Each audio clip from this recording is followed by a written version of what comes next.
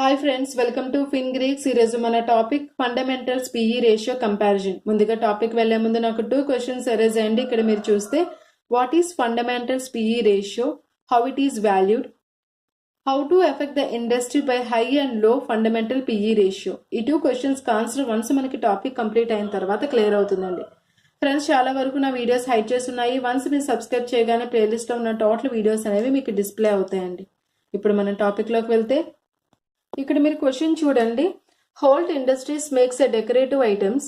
So decorative items తయారు చేస్తారండి. The figures below for the Holt and it's industry. So ఇక్కడ Holt industries కి overall గా industry average కి కంపారిజన్ అండి. సో ఇక్కడ మనకి డివిడెండ్ పేఅవుట్ రేషియో 25% ఇచ్చారు. అలాగే ఇండస్ట్రీ యావరేజ్ 16%.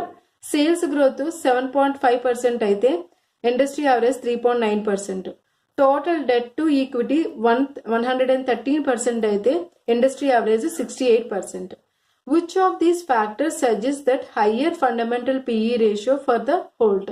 సో అయితే ఇక్కడ మనకి ఈ వచ్చిన ఏవైతే ఉన్నాయో పర్సంటేజెస్, సో పిఈ రేషియోకి, ఫండమెంటల్ పిఈ రేషియోకి ఏ విధంగా ఎఫెక్ట్ అవుతాయి అనేది మనం తెలుసుకుందాం. So PE ratio, fundamental PE ratio అనేది ఎర్నింగ్ మల్టిపుల్ మోడల్లో ఏ విధంగా క్యాలిక్యులేట్ చేస్తారంటే ఇక్కడ మీరు చూస్తే ఫండమెంటల్ పిఈ రేషియోని ఈ విధంగా క్యాలిక్యులేట్ చేస్తారండి. Dividend payout ratio by cost of equity minus growth.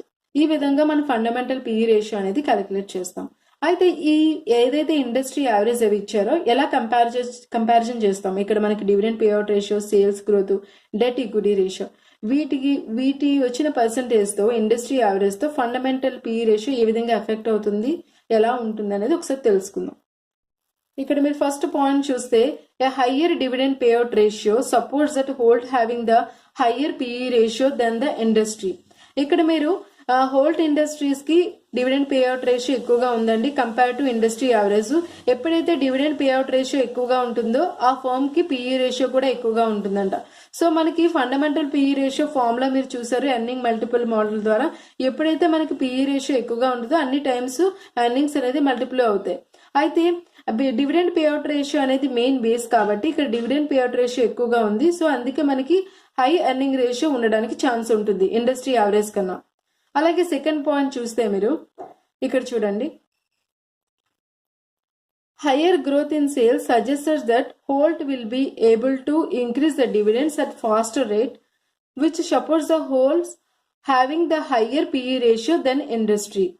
So ఇక్కడ మనకి సేల్స్ గ్రోత్ ఇండస్ట్రీ యావరేజ్ కన్నా ఇక్కడ మీరు చూస్తే 7.5% ఉందండి హోల్ట్ ఇండస్ట్రీస్ కి. అలాగే ఇండస్ట్రీ యావరేజ్ కి ఎంత ఉంది, 3.9%. ఎప్పుడైతే సేల్స్ గ్రోత్ రేట్ అనేది ఎక్కువగా ఉంటే ఆ ఫర్మ్ కి పిఈ రేషియో కూడా ఎక్కువగా ఉంటుందండి. సో దానివల్ల మనకి ఆ ఫర్మ్ అనేది ఎక్కువ సేల్స్ ఉండడం వల్ల డివిడెండ్స్ అనేది ఎక్కువ ఇవ్వడానికి ఛాన్స్ ఉంటుంది. దానివల్ల డివిడెండ్ పేఅవుట్ రేషియో ఎక్కువ అవడం వల్ల పిఈ రేషియో కూడా ఇంక్రీజ్ అవడానికి ఛాన్స్ ఉంటుంది.